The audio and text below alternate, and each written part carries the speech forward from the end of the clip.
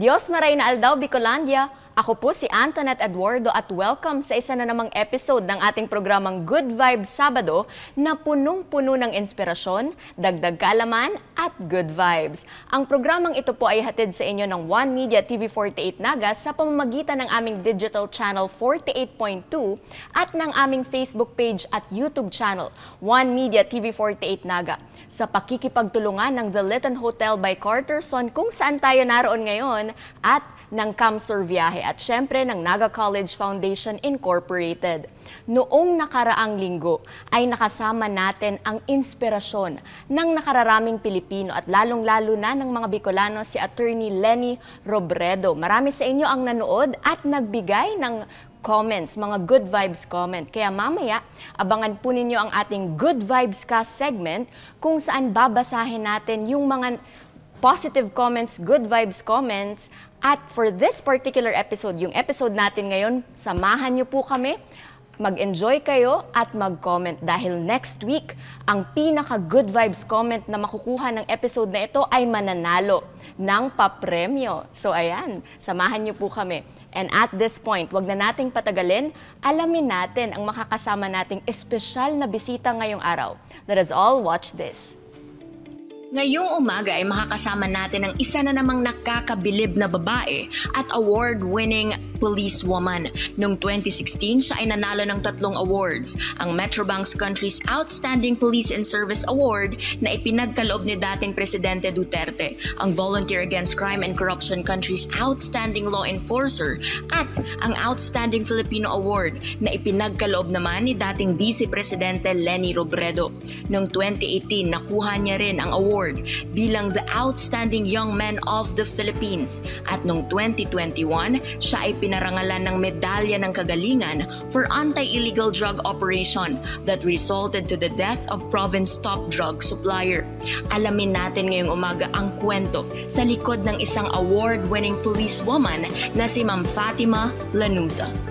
At ngayon mga ka-good vibes, kasama na natin ang ating special guest ngayong umaga. We are very much privileged makasama, Ma'am Fatima Lanuza. Ayan, good morning. Good morning, yes, good morning sa lahat ng viewers and siyempre good morning sa aking napakagandang host for today's, ano ba to? Sitcom. Good Vibes Sabado. Good Vibes Sabado.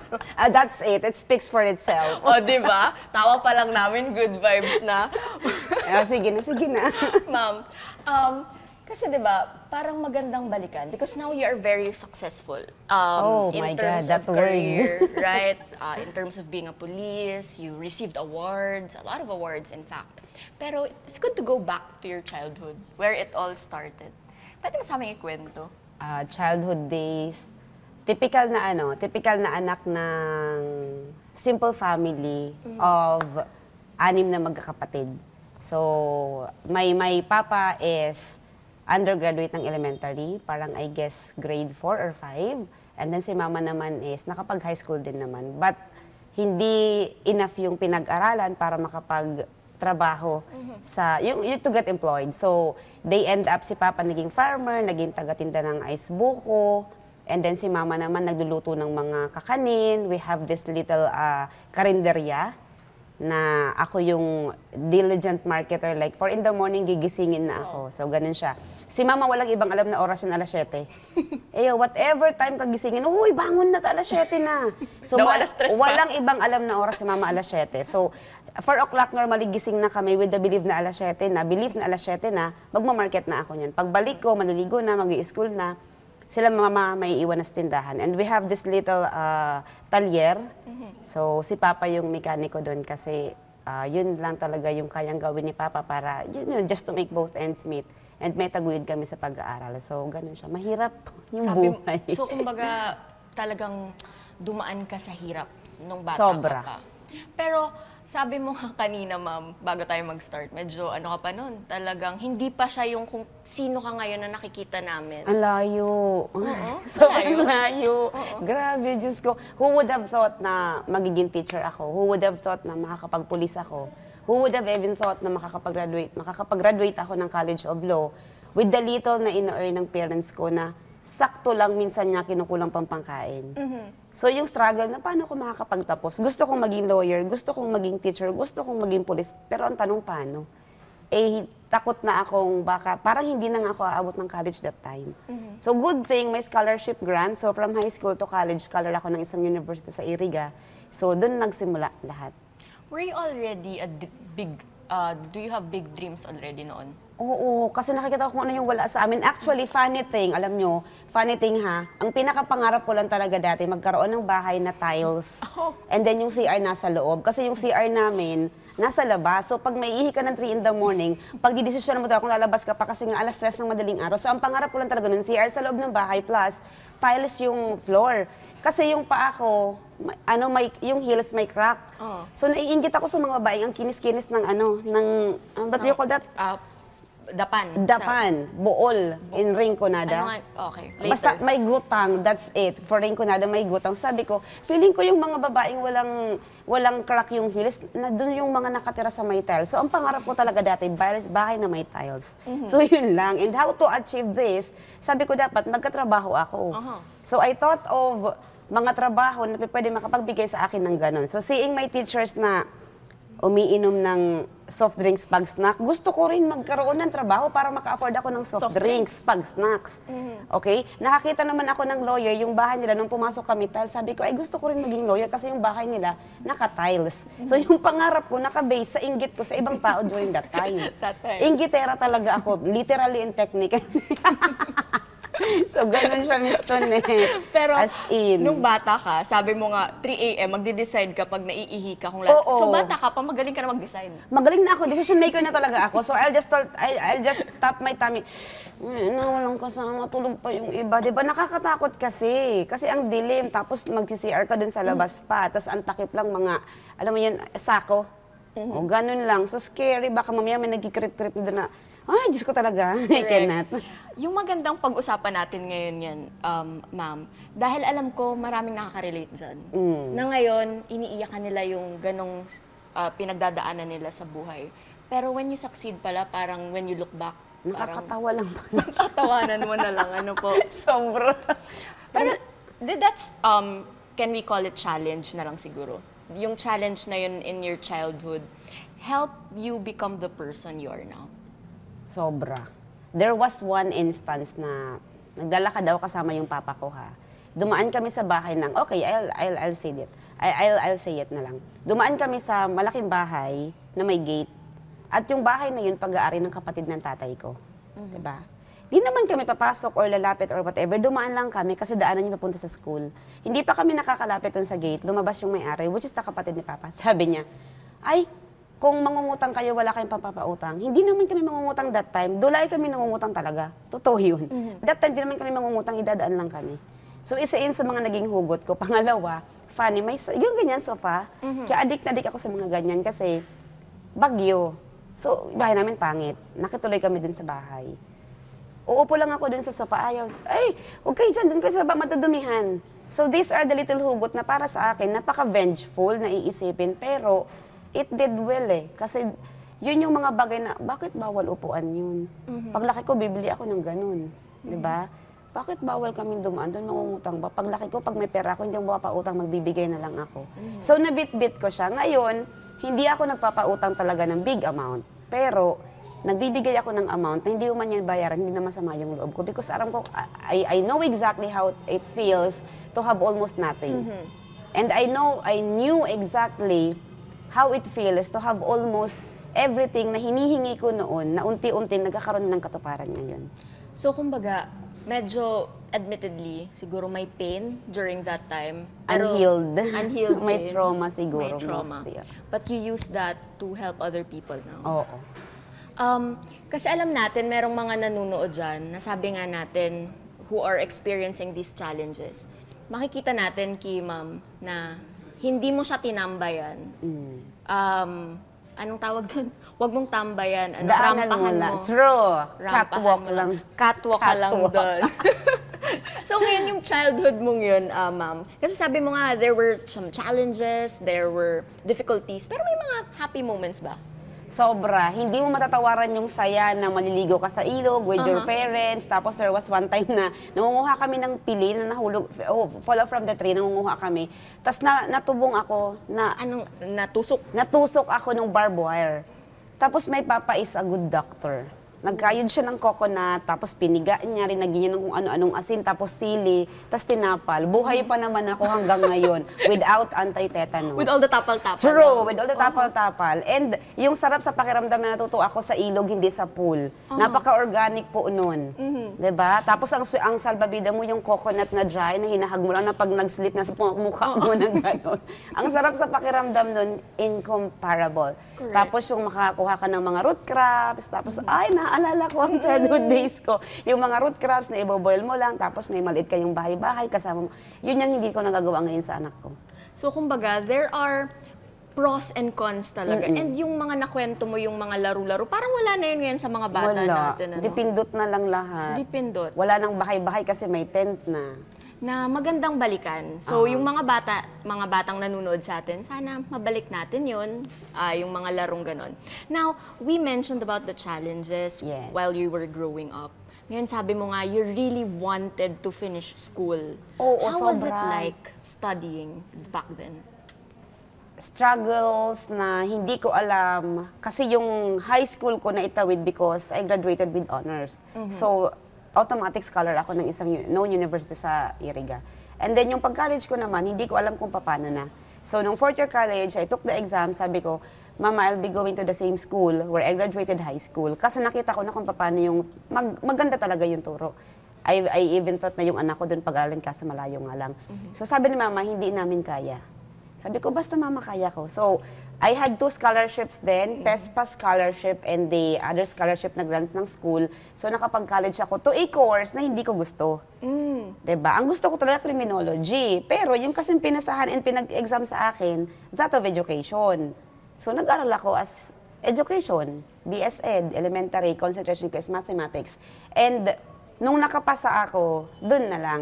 Nung start ako makapasa na ng board exam, dun na nag-start na nag-apply na ako for PNP. And then nung police na ako, saka na ako nagklase for ETIAP. So I graduated ETIAP, Bachelor of Science in Criminology through ETIAP in just 1 year. And then I took the board exam for criminologist and passed the same on the same year. And after yung police yung ginamit ko, ay yung license ko sa teacher ang ginamit ko para makapag-police. Okay, nung police na ako, I know nothing about blatter. Ang alam ko is lesson plan kasi nga teacher by profession. So, I furthered my studies, I did it with gusto. Nakapag-aral ako ng College of Law, natapos ko in 4 years. Hindi ko alam kung paano ko siya natapos kasi nung first year pa lang ng law school ko, hindi ko alam kung natatain na ba ako o nasusuka pag 5:30 na. Kasi may resits na, may mga Correct, index card index na. card. Sabi ko, para sa akin ba talaga to? Parang barilan na lang kaya. Diba? Mas nakakakabay. Pag natawag ka, mapapahiya ka, promise. And then, pagkatapos ko nung 4th year ko ng law school, hindi ako nag-grant for study leave because that time nagka-alert, I don't know kung anong incident yun, hindi kami nag-grant. So, instead na mag-antay ako ng DAL time, ang ginawa ko, what I did, nag-enroll ako ng ETIAP. So, yun, in 1 year time, natapos yung criminology, I took the board exam and passed the same. And then, from PO3, nag-skip na ako ng SPO1, SPO2, SPO3, SPO for that time. So, kung bibilangin mo, suma total, roughly 20 years yung na-save para maabot ko yung rank. So, ganun kaganda yung ganun ka wonderful yung pagka-design ng timeline ko. According to God's plan na siguro. Kasi ako, I have my own timeline eh. Tapos nasunod siya, sumalto ng konti, sabi ko dapat pag 30 ko, official na ako. 31 nakapag-official ako. So, it's not really my time. It's God's timeline for me. I had good goosebumps. Yung parang kung minsan akala natin, kasi 'di ba sabi mo nga your dream was to become a policewoman. Oo. And Nangyari then, lahat siya, promise. Teacher, policewoman, lawyer na lang. Oo. God's will. Sana. In God's time, sabi nga nila. Yes. Pero yung magandang tingnan is okay lang pala kahit pag college ka kung ano yung opportunity dumating. Yeah, Grab it. Make the most of what you have sa current time na yan because malay mo, dyan ka talaga dinesign kasi it will really end up to something better or even best. Kaya pagyamanin mo na lang kung ano yung meron ka for the time being. Stop complaining. Love it. Yun na So, lang. that's something that we can draw inspiration from. Ma'am, medyo ito ay technical sa pagiging pulis. Pero, na-mention mo kasi yung blotter. Baka lang kasi sabi natin, dagdag kaalaman dito sa program. Baka meron ka lang ma-share about dyan. Kasi di ba naging issue yun? Yeah, Naging naging issue yan. May kinasuhan, I know, from Democrats. Where I belong din dati. Yung blotter kasi is a public documents na pwede mo naman talaga siyang i-check. Pero depende, pag nagpa-blatter, ayaw niya, pinapatakpan talaga yan. Nung nagpa-blatter, pag ayaw niyang ipakita sa, for example, sa media or other individuals. So, prerogative Nung nagpa-blatter. Pero hindi naman talaga technically Bawal, hindi. Oo.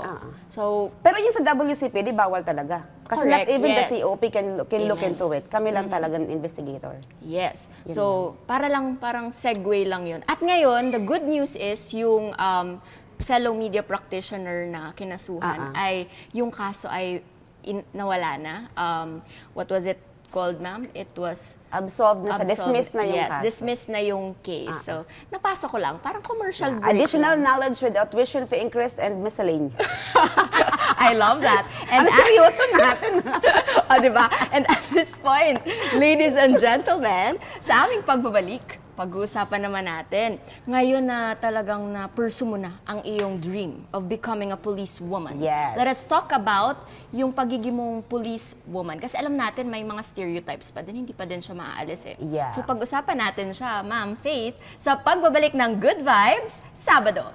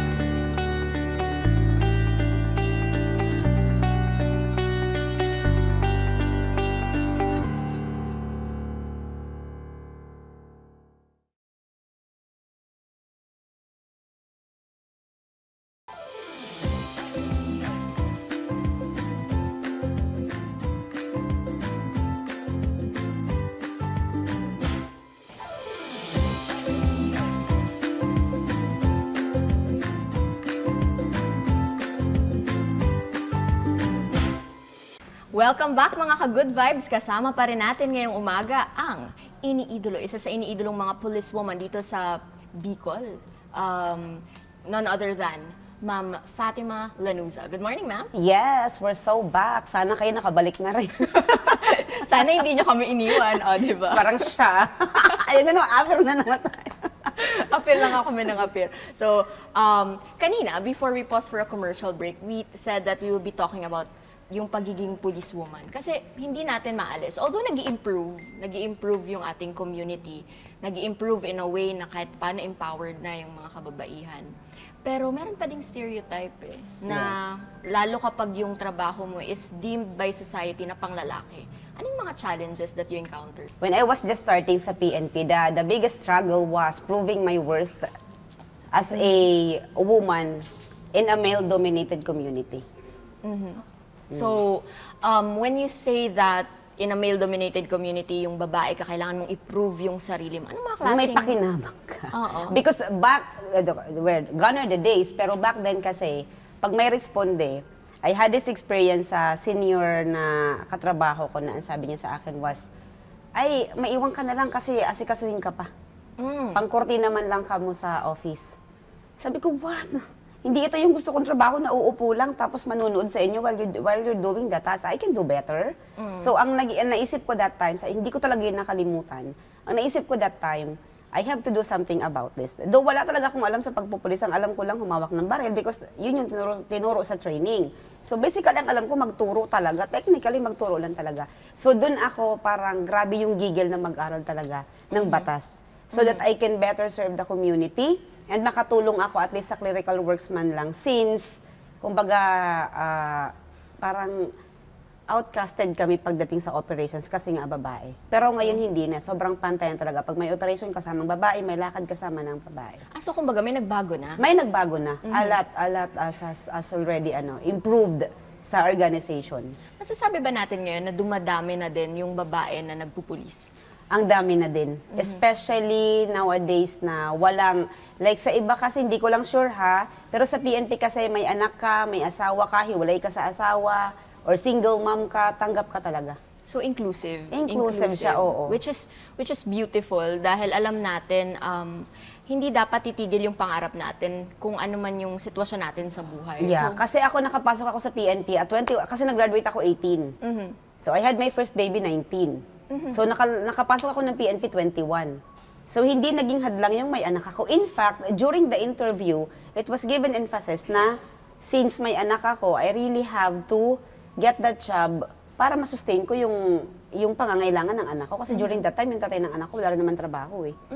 Diba? So yun yung maganda sa amin kasi hindi naman sa dagdag points, pero they consider the situation na kailangan ko talaga yung trabaho to get by and para masustain ko yung need ng anak ko that time. So sabi mo nga, nung pumasok ka as a policewoman sa PNP, nung pumasok ka, ay mother ka na. Oo. So, for sure, challenging yun. Sobra, kasi pa 2 years old yung anak ko ng December 27, nakapasok ako December 8. So it was really hard for me to let go of the chance na makakasama ko yung anak ko sa birthday niya, second birthday niya. Kasi nasanay ako day in, day out, kasama ko siya for the last 2 years, tapos biglang, oops, wala na.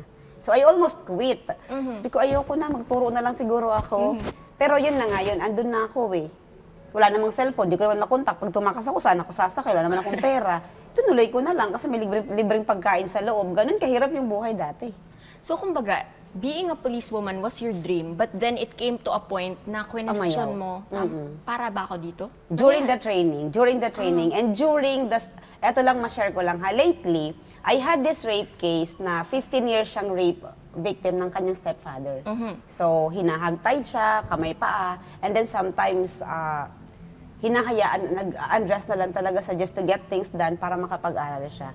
Alam nyo ba, just 2 months ago, nung pumunta ako dun sa lugar, sa community ulit, I saw the suspect, nakalabas. Diba? Sabi ko, what happened? Ito yung rinispondihan ko nung mga time na yung second birthday ng anak ko, second birthday ng anak ko. Okay? I had to leave yung party sa parents ko. Sabi ko, ka mo nang magtawid ng party, kayo nang magpatuloy kasi may responde. Umalis talaga ako on the very day of the birthday. Tapos sabi ko, sige, babawi na lang ako next year. Yung same guy na rinespondihan ko, na suspect for the crime of rape for 15 years, na nakalabas. Hindi ko na natanong kung paano siya nakalabas, bakit nakalabas, kasi the evidence is strong. Tinanggap nga sa prosecutor, ibig sabihin malakas yung ebidensya, netawid, maganda yung affidavit na ginawa ko kasi I see to it na walang madidismiss na kaso pag ako ang gumawa kasi nakakahiya on my part. Right. And kawawa yung victim. Siguro, probably, yung victim hindi na siguro nag-a-attend ng hearing. So, I don't know kung ano nangyari talaga. Yun lang yung masakit dun sa part na yun na ulit na question mo, is it really worth the absence sa family just to deliver the services na need ng community? And what is your answer to that? Honestly, at some point, hindi. It was never worth it na ipagpalit mo yung special moment ng anak mo, ng family mo, for the call of duty.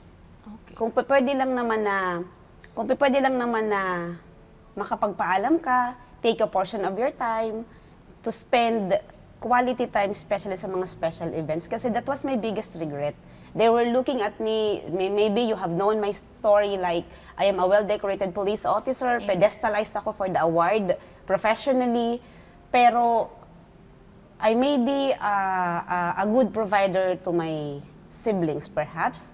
I may be a good daughter to my mother, or to my parents.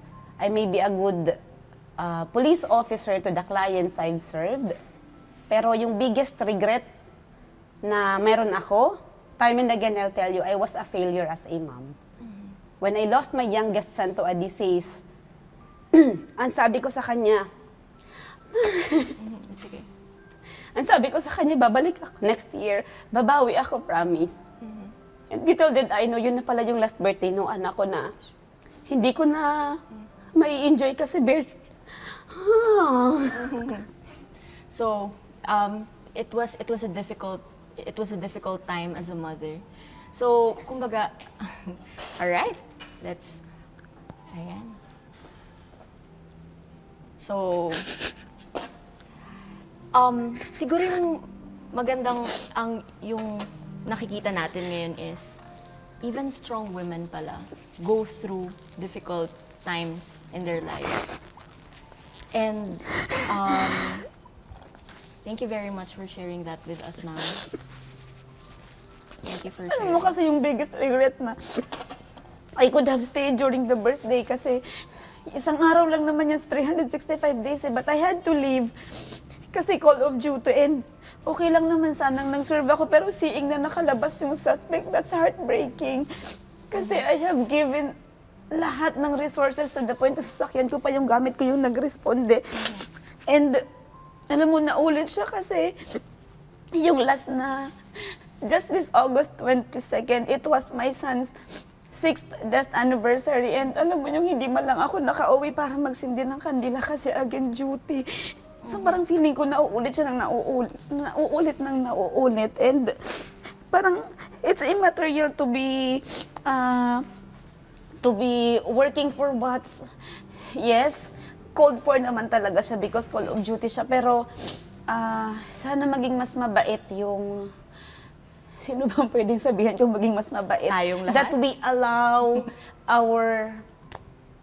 payagan natin, yung mga tao natin, to spend quality time sa mga mahal nila sa buhay. Because kaya naman kami nagtatrabaho para sa mga anak namin. And we understand the call of duty, pero bigyan nyo naman kami ng konting time to spend with our family should the need arises. And birthdays, para sa akin, very important kasi yun na yung nawala.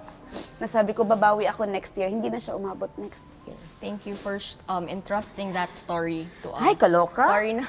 Buti wala akong... Pero siguro, yung magandang nakuha or yung learning namin dito, yung mga nanonood ngayon, is that family time has to be prioritized. Also. Alam yan ng mga naging tao ko when I hold parang a supervisory position. Pag nagpaalam about family, ma'am, may sakit, go. Ma'am, birthday, go. Hindi pa yan tapos, go. See to it na yung trabaho lang, dispose mo yung reports mo, submitted mo, hindi ako naghahanap ng tao. And I even allow extra off kapag may special occasion kasi that's one thing na hindi pwedeng ipagpawalang bahala. Never take for granted. Make the most out of the time na mayroon. Iparamdam mo habang buhay pa yan because wala nang silbi yung kandila mo, yung flower mo kasi hindi naman yan mararamdaman. Not even the I love yous can be heard. Not even the I miss yous can be heard. Wala na. Too late. Okay, thank you for sharing that story with us. So, you work hard, but then at the same time, know your priorities, Yes. siguro? All right, thank you very much for sharing that story with us, ma'am. Ngayon, pag-usapan natin yung mga awards kasi you have been receiving a lot of awards. One of them is yung top outstanding, 10 outstanding young men. The outstanding That police one. service, Metro Bank. And iba pa yung ano, ma'am? Iba pa yung TOIM. TOIM. Yes. So, sa dami nitong awards na ito po, how do you see it? Itong mga awards na to, paano mo siya kino-consider? Proof of service. Proof of service of, sabi nga nila, relentless and outstanding service to the community and the people under my watch. So, hindi kasi ako yung tipo ng taong, ay, ito lang kasi yung humingi ng tulong, tapos ang trabaho ko mag-file lang ng kaso, that's it, period. I had this award sa Malacanang 2016 because I house rape victims, mostly incest. So yung bahay ko sa DECA is like 54 square meters. Pero trust me, kayang itira doon ng 4 na biktima ng rape. Victims ng sariling tatay, naanakan ng sariling kapatid, and I send them to school. Yung isa nga, education yung tinapos, diba? Yung isa, may sariling shop na sa may Bitsara. Yes. Tapos, yung isa, yung anak naman yun, anak niya sa kapatid niya, went to the same school kung saan nag-aral na private Montessori school yung anak ko. So, I treat them like a family. We sleep on the same bed. We eat on the same table. Kung ano yung pagkain namin, kung anong brand ng damit ko, yun din yung brand ng damit nila. Wala akong, yan ka lang kasi hindi naman katakadugo. So, para to sustain, because maliit lang naman ang sahod that time, and para ma-sustain lang, I had to do sideline job. So, yes, nag-host pa ako ng binyag. Simulan natin. Okay, 7th birthday, dibu, kasal, pati po lamay. Trust me, nag-host ako ng lamay. And pinagtatawanan ako dati kasi pati daw ba naman lamay? Yes, because 3,000 din kasi yun. Diba? 5,000 din kasi yun. And nakaka-provide yun para sa mga alaga ko sa bahay. Para hindi maapektuhan yung ibibigay kong support para din sa anak ko. So, kumbaga, you should not belittle any job. No. Huwag mong mamaliitin. And then, I do sideline. Nagtiteach ako sa UNC dati, sa PCCI. Yes, I teach din sa review.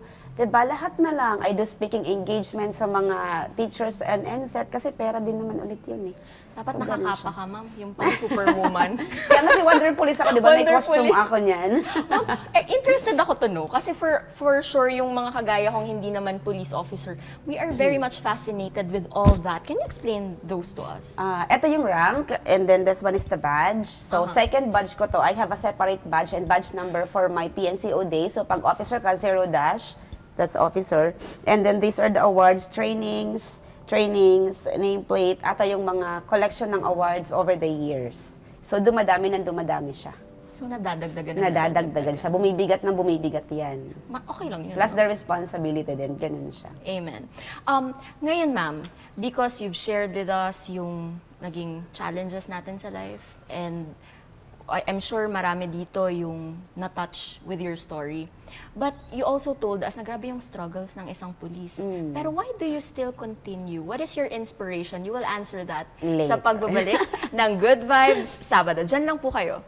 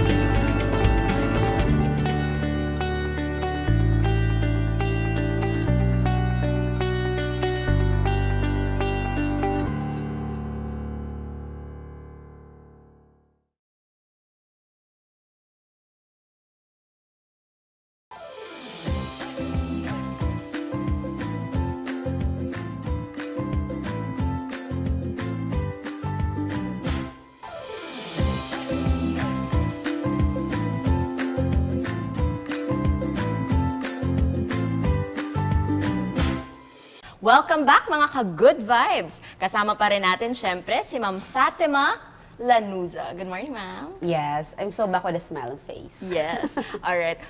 Kanina po, pinag-usapan natin yung mga challenges pag pulis ka. Sabi mo nga, merong nakulong and you even sacrificed a time with your family for that, pero nakita mo nakalabas. Dahil dun sa mga moments na yun, kung iisipin, dapat mag-give up ka na. Pero why do you not give up? Because there are people who needs me. And I was once in a situation na kailangan din ako ng taong tutulong sa akin, specifically police. Kasi during that time, kwento ko lang, I was in college. May hilig na talaga ako magbenta-benta. RTWs, alam mo yung... Yeah. Basta, I won't mention na lang. Nagbigay ako ng 1,000. I tendered 1,000 sa cashier kasi nga may binili akong shoes. And then there's this lady, medyo chubby siya, dumating din on the counter, inabot yung brochure. Pag alis niya, yung 1,000 na binayad ko, wala na. Kinapkapan ako ngayon nung tendera sa CR. So feeling ko, may mali kasi nagbayad naman ako. Wala akong nalapitan nun para hingian ng tulong. Maybe because my mother hindi alam kung ano yung gagawin, sino yung lalapitan. So I wanna be a solution to that type of problem na meron ako dati. Kasi hindi ko alam kanino lalapit eh. Hindi ko alam sinong tutulong sa akin. And we went to the police station kaso walang naibigay na lapat, walang nailapat na solusyon dun sa problem ko that time. So, kumbaga, naging advocacy mo na siya ngayon? Yes, I became that police that I once needed in the past. So, I became the person na kinailangan ko in the past. So, since walang makapagpaaral sa akin in the past, hanggang ngayon, actually, ang latest ampon ko ngayon from Pili, hindi man ampon, pinapaklase ko. Sagot ko na yung high school niya hanggang college. Wow. From Pili yun. Nalaman ko lang na yung kwento niya pala is ganun na ka-heartbreaking. Noong tapos ko na siyang i-provide ng lahat ng needs from school uniforms, to tuition fees, pati pamasahe lahat, nalaman ko lang na super in dire need yung bata kasi yung papa niya is undergoing dialysis. Sabi ko, ang galing ni God mag-craft ng situation para i-meet yung dalawang tao na pwedeng maging channel of blessing para sa iba. Kasi pwedeng mag-wonder yung iba. Paano kaya niya nasusustain, magtumulong sa ibang tao na ganun kadami? And you have your house, you have your cars, and then you have people to help. Paano ka nagkakaroon ng energy to help these people? And also the means. Sabi ko nga, I have this friend, a good friend, sabi ko, I'm no sinner, I'm no saint. I know I have sins, I have made mistakes in the past. But for God to be blessing me with so much more than what I prayed, and sa tingin ko more than what I deserve, parang takot na ako sa blessing dati. When I received the award 2016, I lost my youngest son. When I'm about to receive the award noong 2018 for the Outstanding Yeoman of the Philippines, I wept. Lateral na umiyak talaga ako, lumuhod ako. Sabi ko, Lord, ano namang kapalit nito? I was actually takot na akong mag-receive ng recognition with the fear na may mawawala ulit sa akin. Pero I was reminded na sabi nga nung friend ko, God wants total obedience. So, because of the outpouring blessings that I have and I had in the past, feeling ko it's just but proper na i-share ko din siya and ibalik ko because kahit hindi ko siya i-pray, trust me, bumabalik talaga. I love that. Hindi ko alam kung paano. If God wants total obedience, siguro meron pa akong hindi nasusunod. Kaya binibless pa ako ng binibless ni God. And huwag kayong maniwala na, huwag kayong maniwala na God punishes. No, true God does not punish. He only reminds. God is not a vengeful God. Yes. So, kumbaga, yung matututunan natin dito is when you help, probably God gives you more blessings. I just pay it forward siguro, kaya ganun siguro. So when God gives you blessings, you pay it forward and then another blessings comes in. So, ganun wag siya. tayong parang, minsan kasi pag feeling natin, hindi pa to enough for me. Yeah. Hindi pa dapat ako tumulong. Takot kang mag-share. Right. Which should not be the thing. Kaya nga binigay sa'yo yan eh. Di ba may tithing? So, gawin mo siya in a form na itulong mo sa iba. I love that. At alam mo kapag wala ka na, since super walang-wala ka na, tumulong ka, tas nagastos mo, wala na, may darating ulit.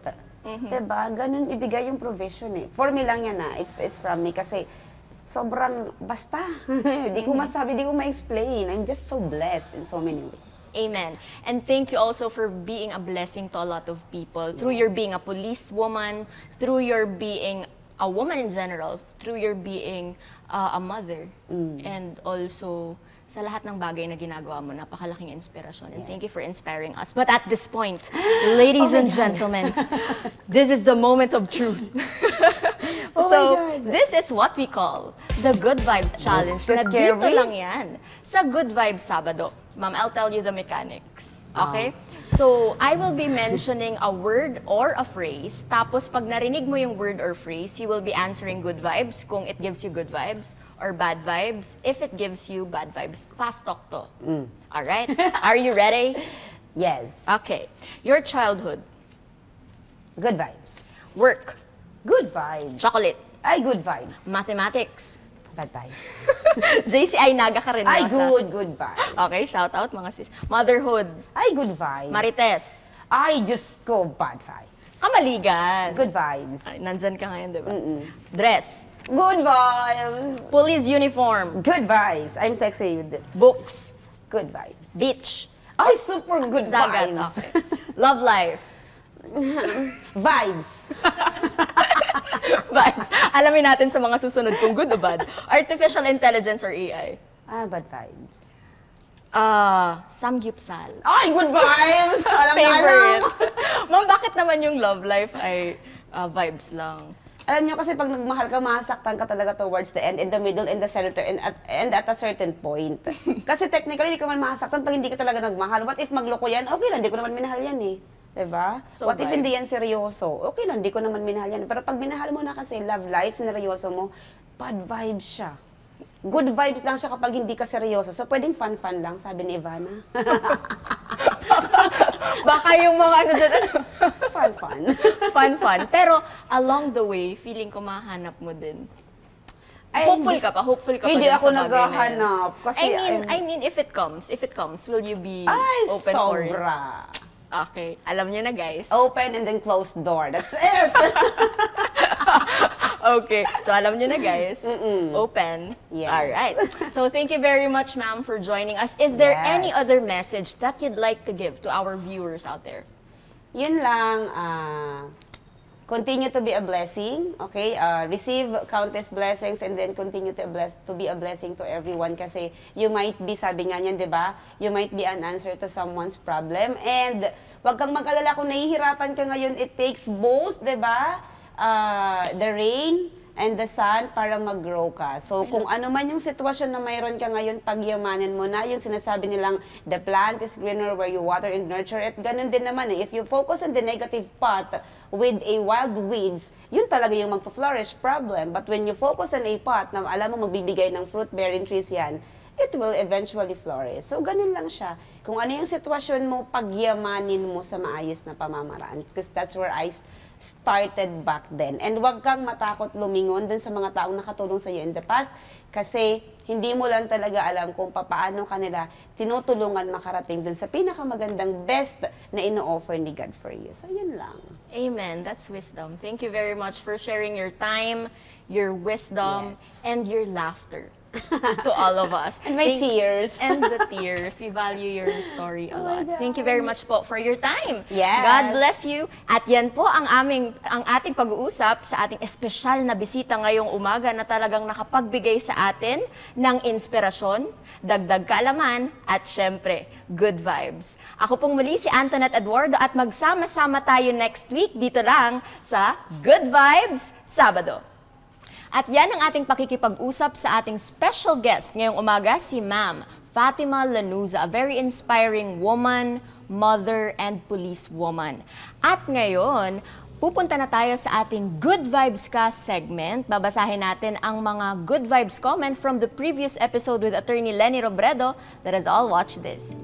From Yesh Ostonal, I am so proud that I supported you. From Jiki Lee, di po nakakasawang pakinggan ang mga kwento nyo, my precious one. From Renato Reyta Jr., wow, the best po. And from Cecilia E. Sumalabe, perfect. Congratulations, One Media TV48 Naga. Thank you very much sa lahat ng nagko-comment, nanunood ng ating mga episode. Please keep on watching Good Vibes Sabado at malay nyo, sa susunod na mga episode, kayo ang mananalo kapag kayo nakapagbigay ng Good Vibes comment sa aming mga Good Vibes Sabado episode. Kaya magsama-sama tayo every Saturday. Dito lang po yan sa Good Vibes Sabado sa One Media TV48 Naga. Ako pong muli, si Antoinette Eduardo.